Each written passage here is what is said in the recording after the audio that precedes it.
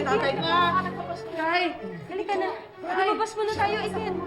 Ay, babalikan ko kayo. Ay, Dok, sabihin niyo po lang. Opo. Dok, ay, babalikan ko po kayo. Tay!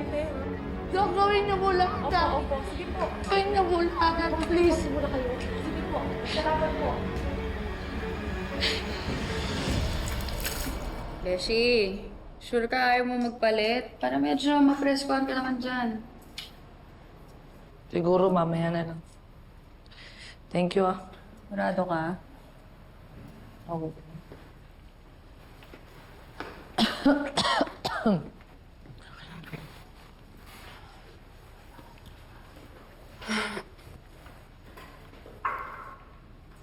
Alam niyo, medyo kinakabahan pa ako eh.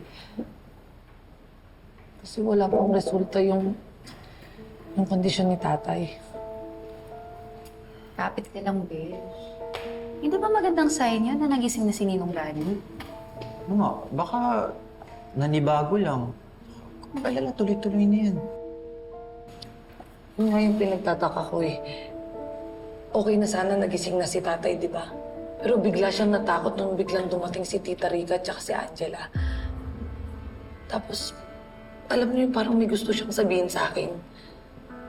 Ah, Ganun. sure ka ba? Eh, bakit naman siya matatakot? Eh, naiintindihan mo ba kung anong gusto niya sabihin?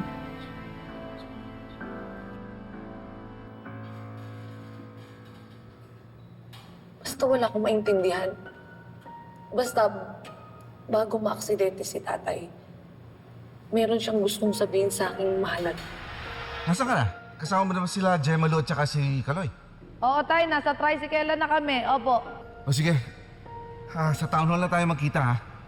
Dahil may sasabihin ako sa mga kadimoy natin. Pero mabuti rin na marinig nyo ito. Alam niyo, baka ito na yun eh. Ito na yun, kaya dapat kong malaman. Di ba?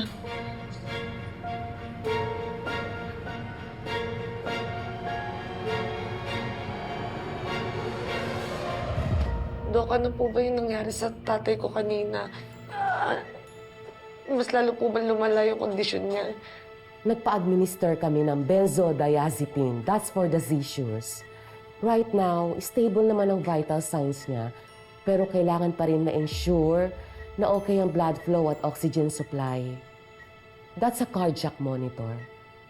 When it detects the abnormal oxygen levels in the brain, matitrigger ang alarm. That means the brain is not getting enough oxygen.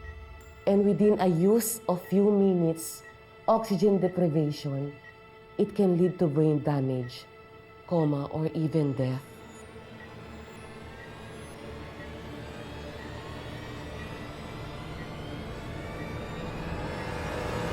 That was close.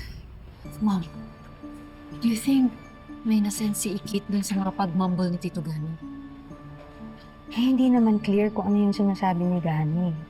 Of course, we know na gusto niya tayong isumbong because we know what really happened. Ano mo, Mom, sinwerte lang tayo. Sinwerte lang tayo na hindi natuloy ang whatever Tito Gani wanted to say. What if makarecover siya? Ano yun? Mukhang lumalaban talaga si Gani. Baka makapagsalita na siya in the coming days. Carl, ano naman gagawin natin? Sap ka naman sa'yo, dapat umalis na lang tayo eh. We're just staying here, period. We just have to be ready and alert sa lahat ng oras. Malulusutan natin to. Ano sabi niyo?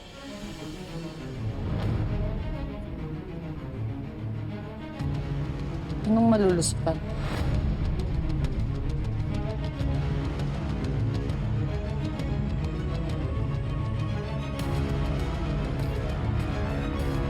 Ba't hindi ko kayo makasagot? Ikit. Pwede, ceasefire muna. I know that you are holding a grudge against us. Pero, can't you see that we are also suffering? Kung nahihirapan ka, nahihirapan din ako. Kasi asawa na ako. Dami niyo naman sinabi, tita.